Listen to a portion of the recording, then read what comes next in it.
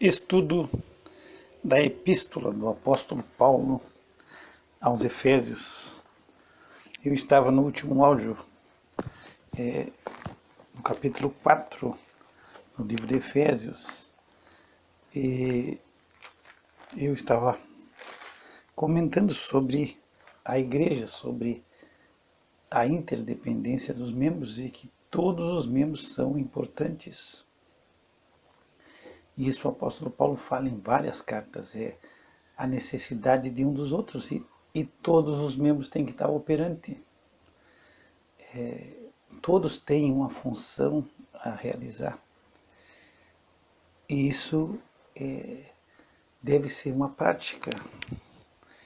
Ninguém foi chamado para permanecer na reserva ou para não fazer nada. Se Cristo te chamou e tu está inserido no corpo de Cristo, tu tem uma função.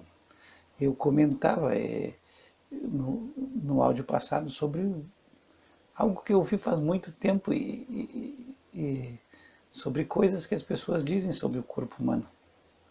Então, eu não me lembrei do órgão, mas eu me lembro que era uma contestação à teoria da evolução. Então, os evolucionistas, eles diziam que como o homem evoluiu, aquela parte do corpo ali era uma parte da evolução que sem necessidade. E aí depois, com muitos estudos, foi se descobrir que não, que aquela parte do corpo era embora que parecesse sem importância e sem necessidade, tinha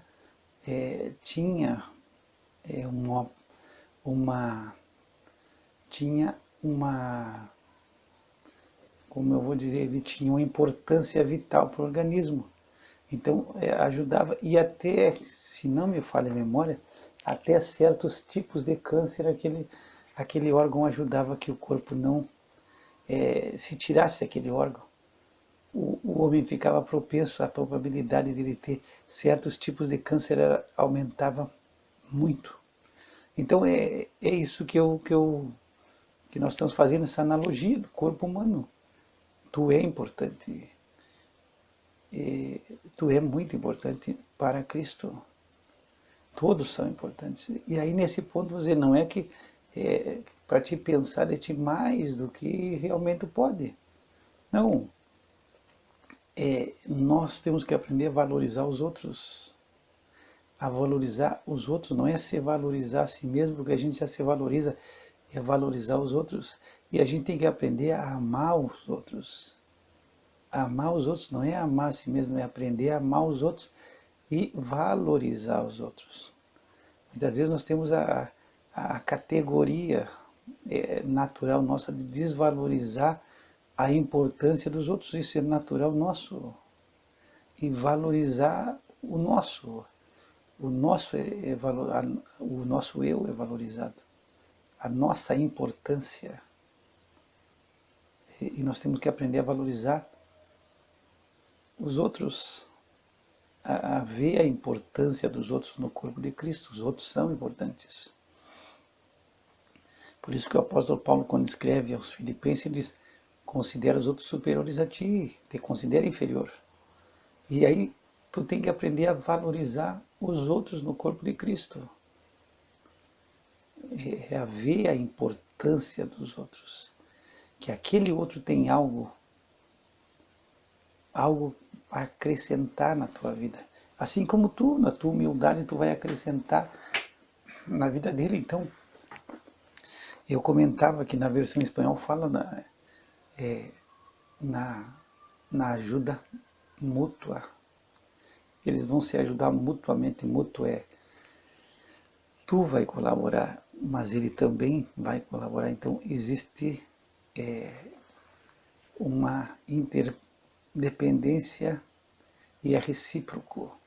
Tu vai acrescentar no corpo e o corpo vai acrescentar a ti. Então, todos são importantes e a gente tem que aprender a valorizar os outros e um pouco ver menos o nosso, cuidar um pouco menos do nosso e ver o valor dos outros. E isso é importante, porque muitas vezes a gente desvaloriza e diz: não, Se não vem, não tem problema, não tem importância, não tem importância. O outro tem importância.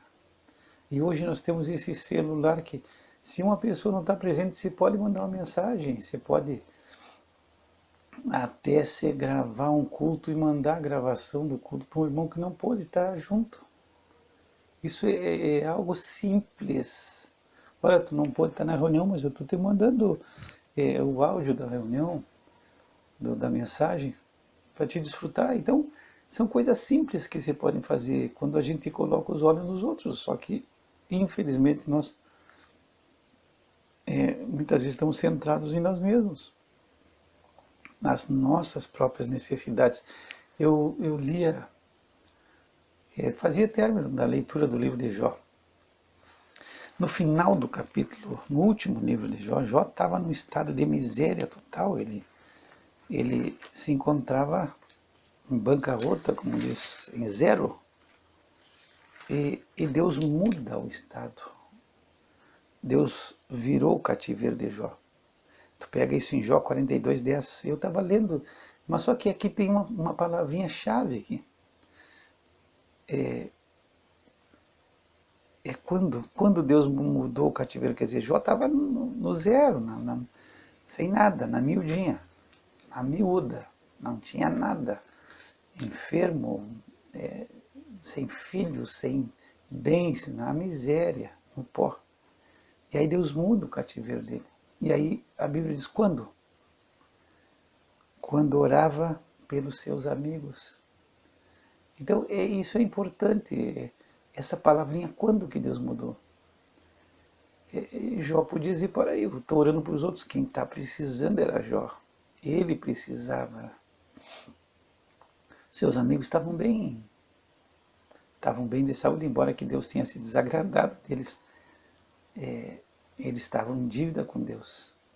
E Jó estava na miúda, estava na pior, estava na bancarrota, no zero. E aí Deus muda o cativeiro dele.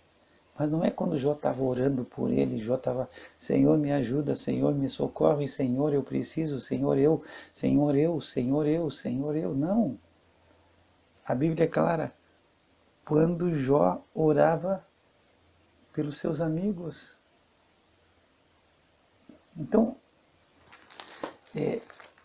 quem sabe isso é o que pode acontecer na nossa vida, quando nós estivermos orando pelos nossos irmãos, quando nós estivermos orando pelos outros.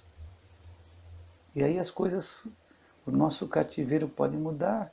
Quem sabe tu está numa situação agora de bancarrota, de zero, de necessidade extrema, de miséria, de fracasso, ou de um casamento totalmente destruído. E está na última. E não tem ninguém que te ajude, tu está sozinho. E tu está desesperado. E qual é a tua oração? Senhor, eu. Senhor, me ajuda. Senhor, faz isso. Senhor, faz aquilo. Tu está na miúda. Mas, quem sabe seja a hora de tu lembrar que outras pessoas podem estar passando e Deus está te mostrando uma situação que é comum na vida de muitas pessoas e tu pode orar pelos outros. E aí quando tu está orando pelos outros, Deus, na sua infinita misericórdia, Ele derrame graça sobre a tua vida, porque tu está na pior, e Deus está vendo que tu está orando pelos outros, quem sabe isso toque o coração de Deus, porque Deus não vê nenhum egoísmo da tua parte. Tu está necessitado, Jó estava precisando, mas Jó está orando pelos seus amigos, orando pelos outros, e às vezes a gente passa por situações assim, a gente está precisando de uma palavra, precisando de um refrigério, precisando de um bálsamo de Deus. E aí tu conversa com outra pessoa e a outra pessoa diz, pá, como eu precisava que tu falasse isso comigo. Às vezes a minha esposa fala, diz, poxa, a gente precisando de socorro. Aí eu conversei com a pessoa ali, a pessoa disse, pá, como tu me ajudou? Como foi importante ter falado contigo? E aí a gente diz assim, poxa, nós estamos vazios. Como é que nós estamos enchendo o vaso dos outros se é a gente que está precisando? Então são essas situações. E aí nós entramos no verso 17, e Paulo disse, digo isto, e testifico no Senhor, para que não andeis mais, como andam também os outros gentios na vaidade da sua mente, entenebrecidos no entendimento, separados da vida de Deus, pela ignorância que há neles, pela dureza do seu coração, os quais, havendo perdido todo sentimento, se entregaram à dissolução, para com avidez cometerem toda a impureza. Então, Paulo, após ele falar sobre o corpo de Cristo, ele vai voltar e diz, olha, eu estou dizendo isso para vocês e estou testificando, estou requerendo de vocês, que vocês não andem mais como andam também os outros gentios. É importante porque Paulo, no capítulo 2, ele diz que em outro tempo nós andamos conforme, nós andamos segundo o curso desse mundo, segundo o mundo anda, nós andamos desse jeito. Ele segundo o curso do mundo, segundo Satanás, o príncipe da potestade do ar. E nós andamos nos desejos da carne, fazendo a vontade da carne e dos pensamentos. Nós éramos, por natureza, filhos da ira, como os outros também. Como os outros são, nós fazia, e a carne, é interessante tu compreender, quando Paulo está falando aqui da carne, é essa nossa natureza pecaminosa que se opõe a Deus. Quando ele diz nós estamos fazendo a vontade da carne, quer dizer, a carne é essa natureza pecaminosa que nós temos, que é naturalmente contrária à vontade de Deus. Então, nós naturalmente somos contrários. Como diz, tu tem uma criança pequena, tu não precisa ensinar ele a mentir, ele aprende sozinho a enganar, a ser egoísta. Tu tem que ensinar ele a fazer o que é correto e muitas vezes, mas o que é mal tu não precisa.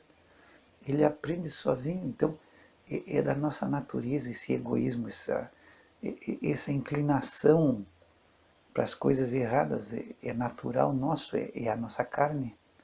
É essa natureza pecaminosa que nós herdamos. Então Paulo falou no capítulo 2 sobre que no outro tempo nós andamos assim. Nós fizemos isso. Então ele fala sobre 3 inimigos da nossa vida.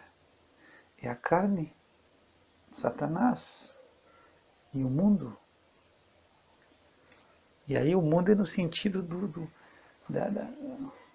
que governa o mundo, o curso desse mundo, é do jeito como o mundo faz. Aí Paulo fala em Romanos 12, 2, não se conforme com o mundo, não, quer dizer, não ande conforme o mundo, não se conduza conforme com o mundo anda. O mundo também anda em oposição a Deus.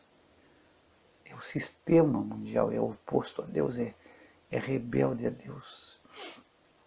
E aqui Paulo vai dizer, olha, estou dizendo isso para vocês e estou testificando, estou requerendo, em outras versões diz, para que vocês não andem mais como os outros gentios. Então ele falou, nós andávamos como os outros também, da mesma forma como os outros estão andando hoje. Seguindo o mundo, o curso desse mundo é o egoísmo, é o prazer, a busca do prazer. Eu lia num livro de teologia que isso aí é o hedonismo, é a busca do prazer. O prazer o meu prazer é o objetivo máximo da minha vida. Não te nega prazer nenhum. E aí você diz, não, se tu não está atacando ninguém, se te faz feliz, faz. Se te faz feliz, se tu está te sentindo feliz, faz. Poxa. Aí você quebra todos os paradigmas, todos os modelos de moralidade. Se te faz feliz, faz. Pô, e o mundo prega isso. Tu não está... a vida é tua. Se tu não está tu está fazendo o que tu quer e se tu não está atingindo ninguém, é tu que está fazendo, faz. Poxa, essa é a moralidade nossa de hoje. Os meus filhos brincam muito, são muito de fazer brincadeira, e aí eles brincam com os outros. E aí um dos meus filhos dizendo sobre essa brincadeira, ele diz assim, olha, dizia sobre assim, não é se te faz feliz, faz, ele dizia assim, nada é errado se te faz feliz, assinado Satanás. Aí eles diziam um para o outro, de brincadeira, nada é errado, se te faz feliz, faça, assinado Satanás. Então essa é a lei do mundo, é a busca do prazer, e aí pode fazer qualquer coisa. Ainda que o Espírito de Deus ele se encontra no mundo e ele retém o pecado. Na tribulação, no final, no Apocalipse, aí vai estar desenfreado, porque o apóstolo Paulo, escrevendo aos Tessalonicenses, ele diz que tem um ainda que retém o ministério da impiedade, mas esse vai ser retirado do meio. E aí, quando esse for retirado, aí a coisa vai pegar fogo. Pega 2 Tessalonicenses 2, 7. Porque já o mistério da injustiça opera somente a um que agora o retém, até que do meio seja tirado. Então, já se opera a desordem e a depravação humana, mas tem um no meio que está segurando. Então a igreja, o Espírito Santo através da igreja, ele retém o pecado. Mas ele a igreja vai sair e o Espírito Santo sobe com a igreja e aí vai ser desenfreado o pecado. Então hoje já é terrível. As coisas já são terríveis. Você perdeu a vergonha. E eu digo, quando você perdeu a vergonha, eu digo que eu penso comigo, quem sabe esteja equivocado, isso é muito por essas redes sociais e pelo celular. Porque as pessoas, cara a cara, olhando nos olhos de outra pessoa, muitas vezes as pessoas têm vergonha de dizer ou se expor. Mas quando estão sozinhas, escondidas, com esse celular, as pessoas dizem qualquer coisa e fazem qualquer coisa. Então parece que são vidas ocultas. E isso é natural nosso, qualquer uma. Tu vai dizer, os outros não, nós também. O apóstolo Paulo diz, nós também. O apóstolo Paulo não está dizendo assim, ó, aos outros e nós. Não, existe uma diferença de nós que nós estamos em Cristo. É só isso, mas nós somos tão pecadores como os outros. E eu fico pensando, quando nós éramos crianças, não tinha, nós éramos já tendência a fazer o que é mal, mas não tinha tanta oferta de coisa ruim. Hoje a oferta aumentou, porque se as pessoas têm o prazer de entregar para uma criança um celular, mas ele está aqui dentro de casa, está brincando com o celular, está ali mexendo no celular, então acha que está legal. Não, é só o corpo que está ali, a alma já foi, porque está mexendo num outro mundo. E ali ele tem acesso a qualquer coisa. E as pessoas dão um celular para uma criança, e uma criança fica mexendo, e está intertida, parece que está legal. Antes, quando nós éramos crianças, nós brincávamos na rua, a mãe tinha que sair de atrás para saber onde é que nós estávamos brincando, fazendo bagunça. Mas nós já tínhamos uma tendência a fazer as coisas erradas. Nós já tínhamos uma tendência ao mal.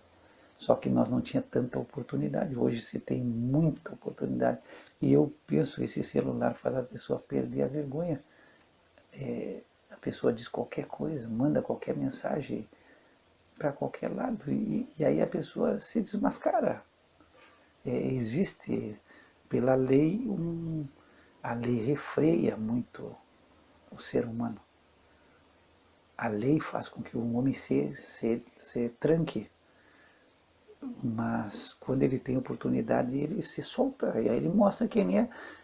É simples tu ver isso. Nós viajamos muito, e a gente está viajando. E aí daqui a um pouco tu olha assim, tu vê que os carros estão andando tudo na velocidade correta. Tu olha assim, mas que estranho, tá todo mundo andando com calma. E é estranho, porque quando tu viaja, tu tá na velocidade, um pouco passa um carro por ti, aí o médico da minha esposa falou assim, nós estamos a 100, esse carro deve estar a 150, porque olha a velocidade que ele se distanciou de nós. E, e a gente também passa um pouco, muitas vezes, do limite. Mas aí tem uma hora que tu tá viajando, tu vê que todos os carros estão andando na velocidade certa, um atrás do outro. Aí tu acha estranho. Aí daqui a um pouco tu vê que tá um carro da polícia rodoviária na frente. Aí ninguém passa. E aí ninguém se anima a passar o carro da polícia. E aí, quer dizer, é ali o representante da lei faz com que todo mundo esteja certinho. Aí todo mundo está comportado e todo mundo parece anjo. Só que ninguém é anjo. Deixa esse carro sair, esse carro da Polícia Rodoviária Federal entrar num lugar, ou entrar, estacionar e parar lá no seu posto, e aí volta a loucura de novo. Então ninguém é anjo, que o apóstolo Paulo está dizendo aqui, ninguém é anjo, nem nós. Nós também fazemos a mesma coisa, hoje estamos em Cristo, estamos aprendendo em Cristo, mas nós também andamos assim. E aí ele começa a falar, ó, não andem mais desse jeito, e é isso que eu digo, não, que não andeis mais como andam os outros gentios, quer dizer, vocês já andaram assim, nós já andamos assim.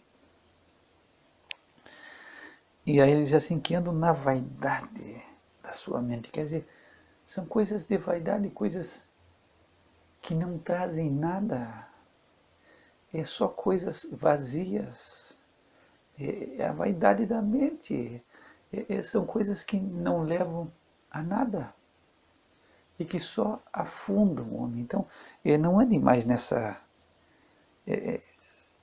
como os outros, coisas que não edificam, é vaidade, é só, muitas vezes para se aparecer. E aí andar é se conduzir, fazer coisas frívolas, coisas vazias, coisas que tu olha assim, puxa, o que acrescentou? Nada. É pura vaidade, vaidade. É coisas sem valor. Alguém disse que nós devemos, alguém disse isso, eu escutei já, que nós devemos amar as pessoas e usar as coisas. Mas nós amamos as coisas e usamos as pessoas. Então, nesse amar as coisas é a frivolidade, as coisas são vazias e nós nos agarramos às coisas. Depois Paulo vai falar que entenebrecidos no entendimento, o entendimento está entenebrecido, e tu vai lembrar que Paulo no início da carta, no primeiro capítulo, ele diz que tendo iluminado os olhos do vosso entendimento, quer dizer, Paulo está orando, ele fala no capítulo 1, verso 16, eu lembro de vocês na minha oração, para que vocês, no verso 16, tenham iluminado os olhos do vosso entendimento, para que vocês sobem a esperança, para que vocês vejam o invisível, vejam o que é eterno, e não coloque as coisas, os olhos no que é terreno. Isso ele fala aos Colossenses, e é interessante porque ele diz assim, ó, se já ressuscitaste com Cristo, no capítulo 3 de Colossenses, busque as coisas que são de cima, onde Cristo está sentado na destra de Deus. Pensai nas coisas que são de cima, e não nas que são da terra. Então Paulo está dizendo, ó, eu estou orando por vocês, que vocês tenham iluminado os olhos do vosso entendimento, vocês vejam as coisas que são eternas, que têm valor eterno.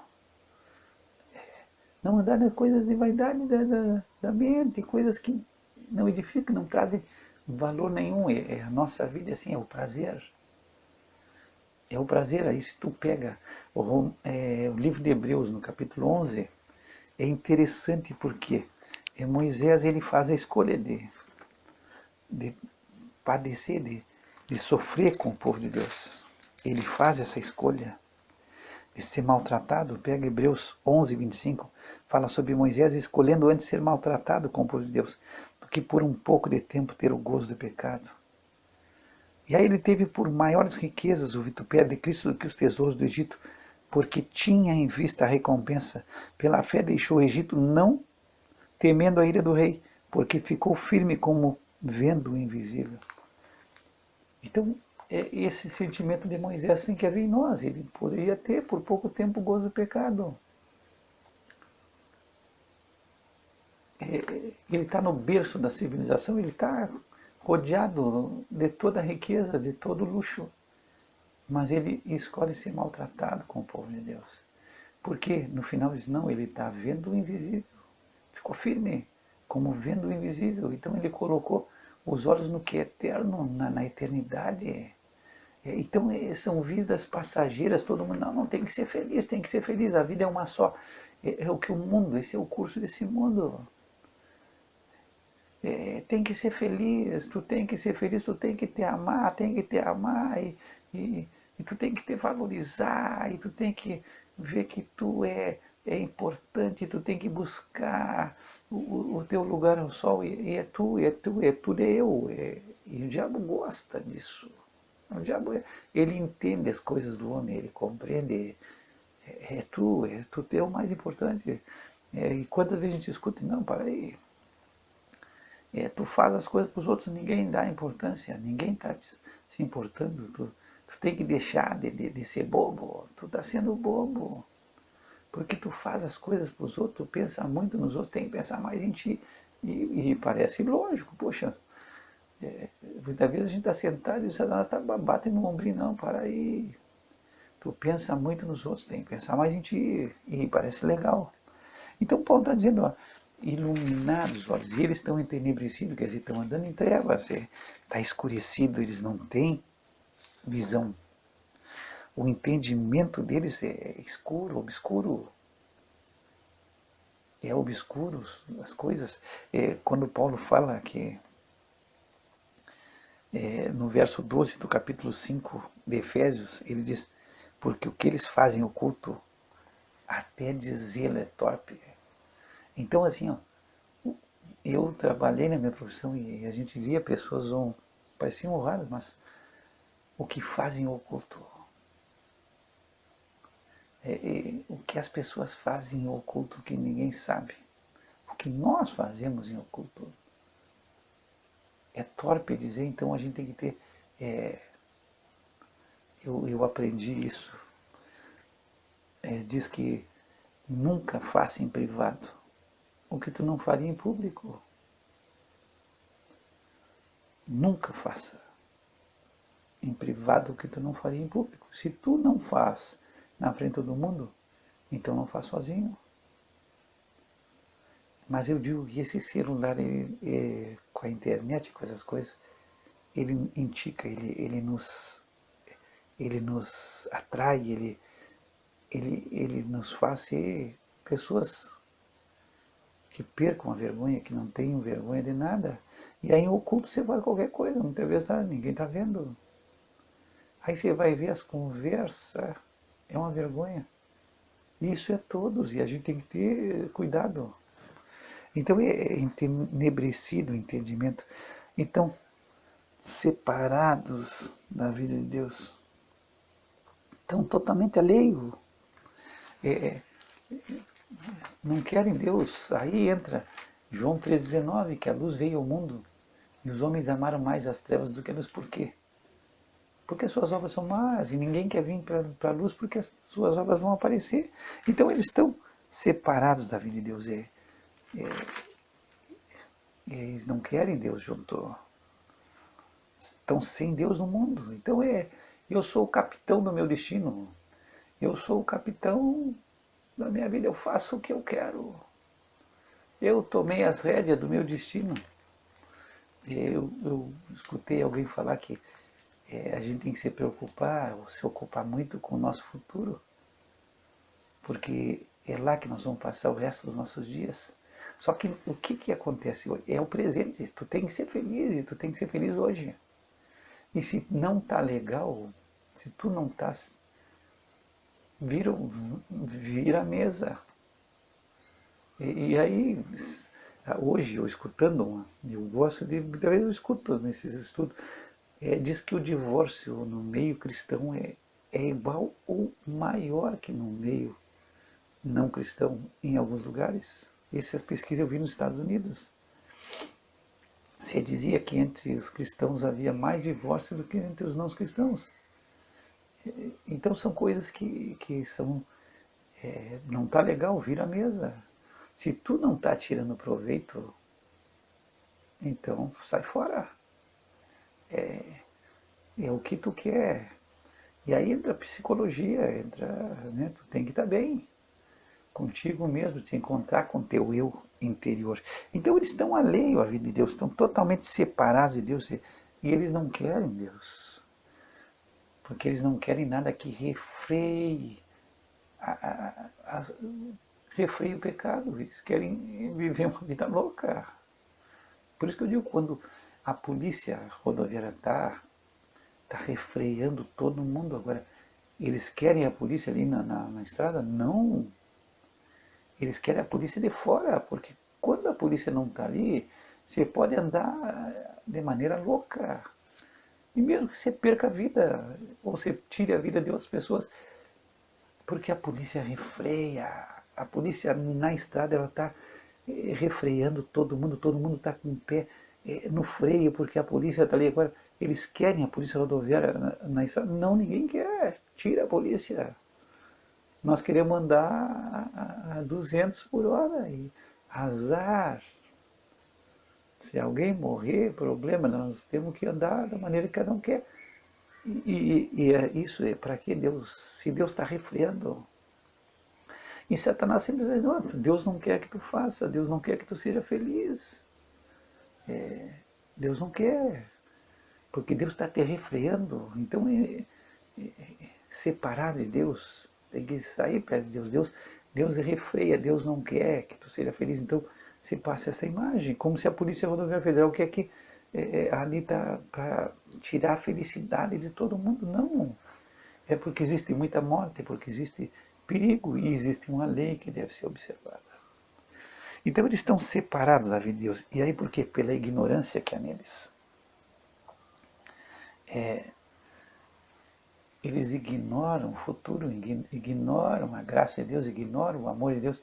Existe totalmente não, é o pensar só em si. Porque eles não têm visão espiritual, eles não têm visão de justiça de Deus. Então, essa natureza do homem, e Paulo diz, não ande mais desse jeito. Deus está presente e Deus vai ser cobrador. E eu digo que é por isso que o homem, ele busca outras religiões, porque se tu tem uma imagem na tua casa, ela não te cobra nada. Ela não te exige nada, ela só está ali e só está para te ajudar. Se tu tiver numa religião que não seja uma religião cristã verdadeira, que esteja baseada nas escrituras, ele vai dizer que está tudo legal. Fica tranquilo. Não existe uma cobrança agora. Deus Criador, Ele cobra. Ele vai cobrar de toda a criatura e Ele vai trazer todo mundo a juízo. E aí não é legal. Então, estão separados da vida de Deus, não querem Deus na vida deles. E é por ignorância, porque existe uma ignorância neles que Deus é um empecilho para a felicidade. É um empecilho. E existe uma dureza no coração. São duros de coração, o coração não se dobra.